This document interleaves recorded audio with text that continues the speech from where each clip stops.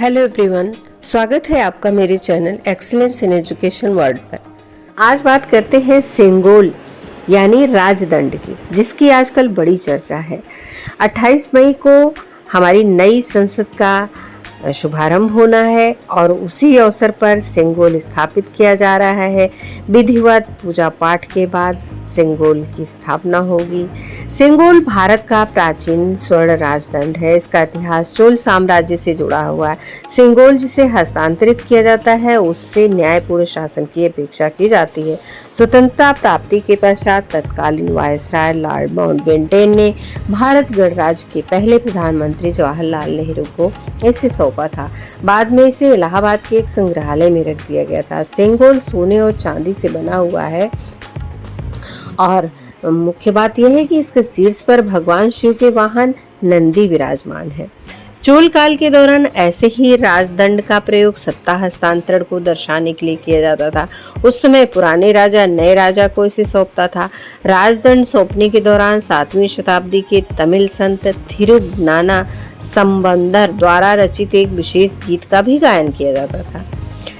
और इतिहासकार कहते हैं कि मौर्य, गुप्त और विजयनगर साम्राज्य में भी सेंगोल प्रयोग किया जाता था।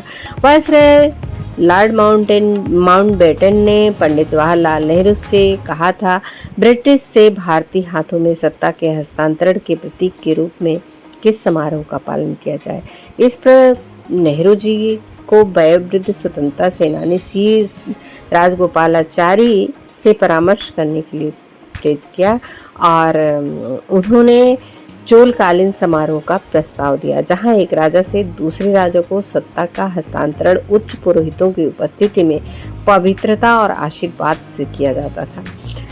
और तमिलनाडु के तंजौर जिले में शैव संप्रदाय के धार्मिक मठ थिरुवाथुदुथुराई अधीनतम से संपर्क किया गया और यह 500 से अधिक पुराना है और पूरे तमिलनाडु में 50 शाखा मठों को संचालित करता है। और अधिनम के नेता ने तुरंत 5 फीट लंबाई के सेंगोल तो तैयार के लिए चेन्नई में सुमार बुम्मिदी बंगारू चट्टी को नियुक्त किया और यह राजदंड तैयार किया गया।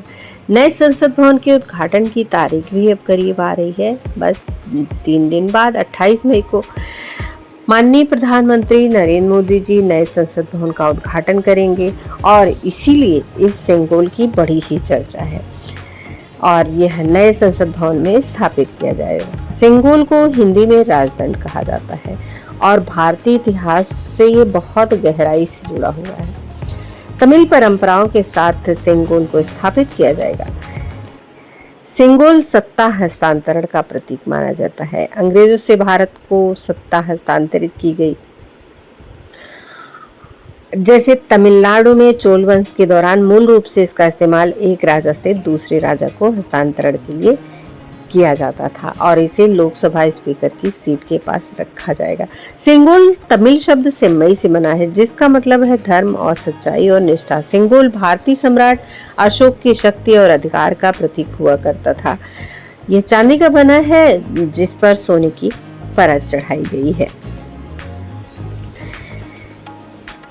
सेंगोल को पवित्र जल से शुद्ध किया जाएगा, पूजा पाठ की जाएगी। तमिल के शैव मठ के पुजारी भी रहेंगे। तमिल मंदिर के गायक कोलरू पादिगम इसे पेश करेंगे। अनुष्ठान के बाद पीएम मोदी को इसे सौंपा जाएगा, जिसे फिर नए संसद भवन में स्थापित किया जाएगा। हमने बताया है कि पंडित नेहरू जी से यह जुड़ा हुआ इसका इतिहास है। सेंगोल सर्वप्रथम अंग्रेजों ने पंडित नेहरू जी से को दिया था। चोल मौर्य और गुप्त वंश से भी संबंध है इसका। चोल मौर्य और गुप्त वंश के शासनकाल के दौरान राजाओं के राज्याभिषेक के दौरान इसे महत्व दिया जाता था। यह एक शासक के द्वारा दूसरे शासक को सत्ता हस्तांतरण के दौरान दिया जाता था, इसीलिए इसे विरासत और परंपरा का प्रतीक माना जाता है। बड़ी खुशी की बात है, बड़े गर्व की बात है कि हम पुरानी परंपराएं फिर से अपना रहे हैं जो खो गई थी। रश्मि राजदंड को इलाहाबाद संग्रहालय की नेहरू गैलरी के हिस्से के रूप में जवाहरलाल नेहरू से जुड़ी कई अन्य ऐतिहासिक वस्तुओं के साथ रखा गया था। हाँ, संग्रहालय के वर्तमान भवन की आधारशिला 14 दिसंबर 1947 को नेहरू जी के द्वारा रखी गई थी और इससे 1954 को कुंभ मेले के समय जनता के लिए भी खोला गया था। दरअसल 2 साल पहले सेंगोल की चर्चा हुई थी एक पत्र के जरिए। द हिंदू में प्रकाशित एक लेख के मुताबिक पद्मा सुब्रमण्यम, जो कि चर्चित डांसर हैं, पीएमओ को लिखी अपनी चिट्ठी में तमिल मैगजीन तुगलक का एक आर्टिकल का हवाला दिया था, जिसमें भारत के पहले प्रधानमंत्री जवाहरलाल नेहरू को सेंगोल सौंपने की बात कही गई थी। पीएमओ को जब भारत की इस धरोहर के बारे में जानकारी हुई तो इसकी खोज में संस्कृति मंत्रालय जुट गया। संस्कृति मंत्रालय ने इंदिरा गांधी राष्ट्रीय कला केंद्र की मदद ली, यानी IGNCA। कला केंद्र के एक्सपर्ट ने आर्काइव को छान मारा तो उन्हें पता चला कि यह सेंगोल इलाहाबाद के म्यूजियम में रखा हुआ है। सेंगोल के अस्तित्व को कंफर्म करने के लिए मंत्रालय की टीम बुम्मिडी बंगारू चेट्टी परिवार से भी मिली, जिन्होंने कंफर्म किया कि सेंगोल तैयार किया गया था। सेंगोल 15,000 में बना था। इस जांच में संस्कृति मंत्रालय को यह भी पता चला कि 1947 में भारत के अंतिम वायसराय लॉर्ड माउंटबेटन द्वारा नेहरू को सेंगोल सौंपा गया था।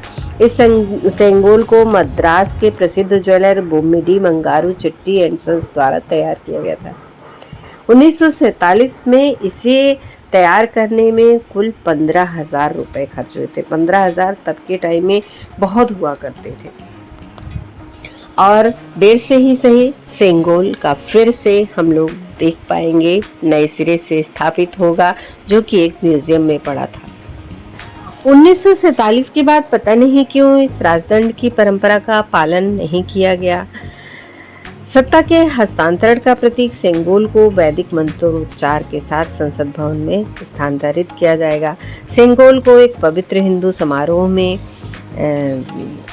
स्थापित किया जाएगा। सेंगोल पर खुदी तमिल में यह कविता है, यह हमारा आदेश है कि भगवान शिव के अनुयायी राजा स्वर्ग में शासन करेंगे। इस प्रकार 15 अगस्त 1947 को सत्ता एक हिंदू राजा को स्थानांतरित कर गई, जिसे जैसा शासन करने का, एक जैसा समान शासन करने का आदेश दिया गया, न्यायपूर्ण शासन करने का आदेश दिया गया। अंग्रेजों के बनाए संसद भवन से आत्मनिर्भर भारत के अपने संसद भवन में प्रवेश बहुत ही गर्वित करने वाला है। हर भारतीय के लिए बहुत गर्व की बात है। तमिल में कविता अब सनातन सभ्यता में वापस आ रही है। यह सब सनातन सभ्यता हर भारतीय के लिए बहुत गर्व की बात है। ये संसद आज भी है और सालों बाद जब हम में से कोई नहीं होगा तो उस आने वाली पीढ़ी के भारतीयों को भी हमेशा गर्व करने का मौका देगा कि यह आज़ाद भारत में बना हुआ हमारा संसद भवन है।